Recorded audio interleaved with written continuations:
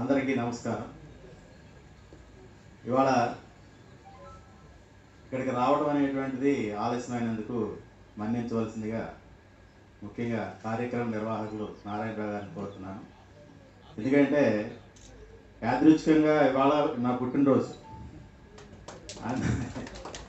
అందువల్ల కొంచెం కార్యక్రమాలు ఉండడం వల్ల ఆలస్యమైంది.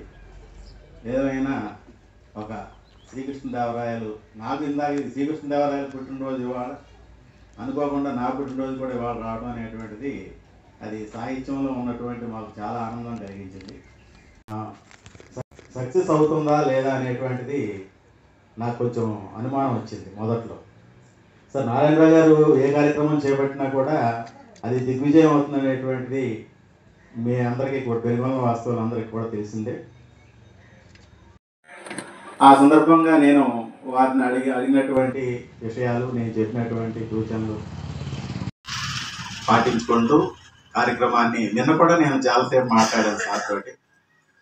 ఏదేమైనా మా సాహిత్య కార్యక్రమాల్లో మాకు ఏంటంటే అనుభవం, ఓ 10 మందో 15 మందో కూర్చుంటారు సాహిత్యం అనగా. ఏదైనా ఒక కవిత చదవటం అనేటువంటిది ప్రారంభించగానే ఇంకెవరి పనుల్లో వాళ్ళు సెల్ ఫోన్ చూసుకుంటానో లేదంటే పక్కన వాళ్ళతో మాట్లాడుకుంటాను. లాస్ట్లో అందరూ తప్పట్లు కొట్టడం, మనం కూడా తప్పట్లు కొట్టడం అనేటువంటిది ఎన్నోసార్లు ఈ కార్యక్రమాలు మేము చూసాం. కానీ ఇక్కడ ఉన్నటువంటి వాతావరణం చూస్తుంటే నాకు చాలా ఆనందం కలుగుతుంది.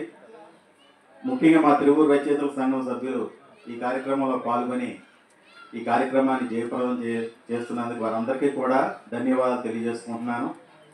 ఈ కార్యక్రమాన్ని ఇంత ఘనంగా నిర్వహించి ఈ కవులకి సన్మానం చేయటం, అది కృష్ణదేవరాయల జయంతి రోజున ఈ కార్యక్రమాన్ని నిర్వహించడం అనేటువంటిది చాలా ఆనందదాయకం.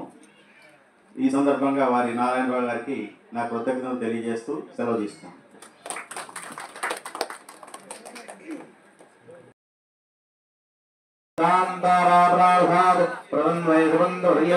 ఉపాధ్యాయులు మొత్తం ఎప్పుడో రావాలని కోరుతున్నాం.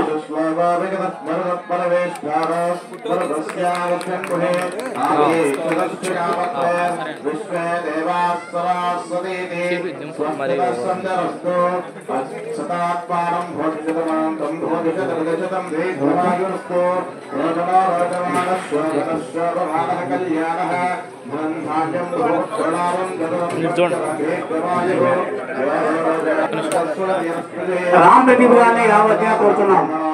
అందరూ కూడా కొద్దిసేపు కూర్చోండి అని మన గ్రూపుగా చేద్దాం.